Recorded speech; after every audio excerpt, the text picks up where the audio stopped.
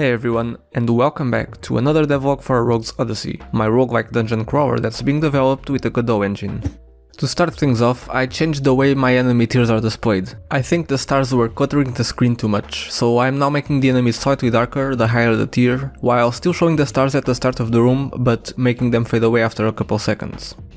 After this, I added the easiest enemy I could add, the Unseen. This enemy is invisible, so that was an easy way to bypass the whole step of making an enemy. I made him have a toxic trail similar to the slime and added a barely visible shadow to him. Later on though, I ended up adding a very subtle sprite to it, but you can barely see it. Then I mostly worked on the room presets. I started off by making all the variations I wanted for now with the enemy spawners, but ended up deleting it and going with a different approach.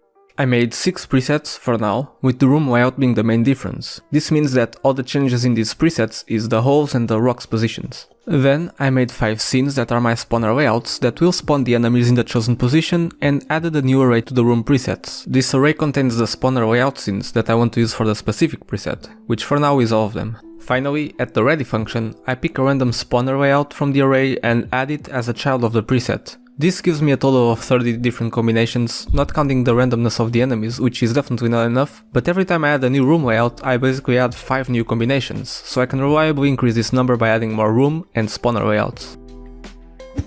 This past week I did some reworking on my enemies, trying to make my older enemies be inherited from the enemy node, which I got working for the Spiderling.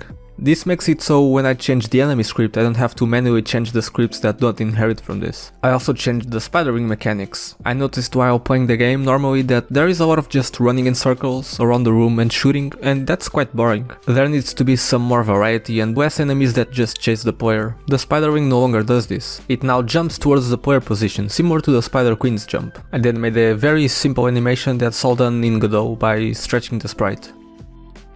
And finally I tackled something I tried doing a few days ago and got a good result. I tried making a bigger Mama Bat sprite, which looks god awful, and today I managed to get way better results.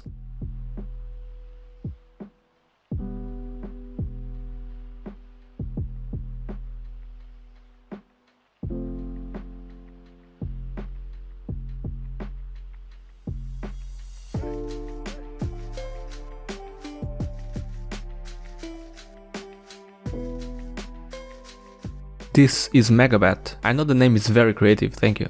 I'm going to be on vacation from work and might be traveling, so there's a good chance the next update won't be for a while, but I'll see you then.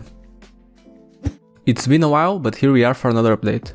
I changed the sprite for the bat's projectile from the regular bullet to a toxic bullet. The only difference other than the sprite is that when it collides with something, it spawns a toxic area on its position, similar to the slime or the Unseen's toxic ooze area, trail, whatever you wanna call it.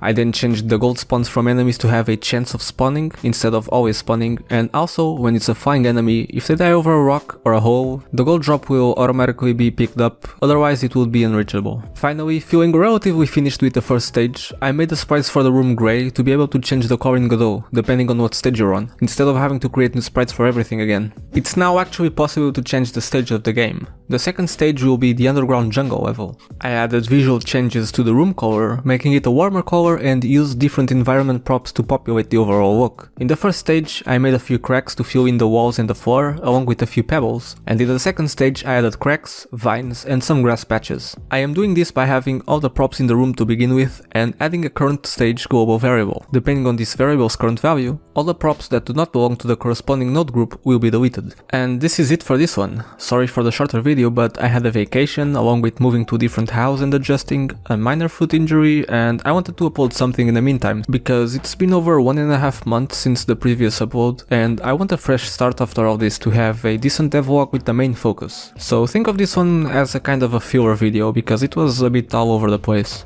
Anyway, thank you for watching, and as always, I hope that you learned something from this video. Till next time.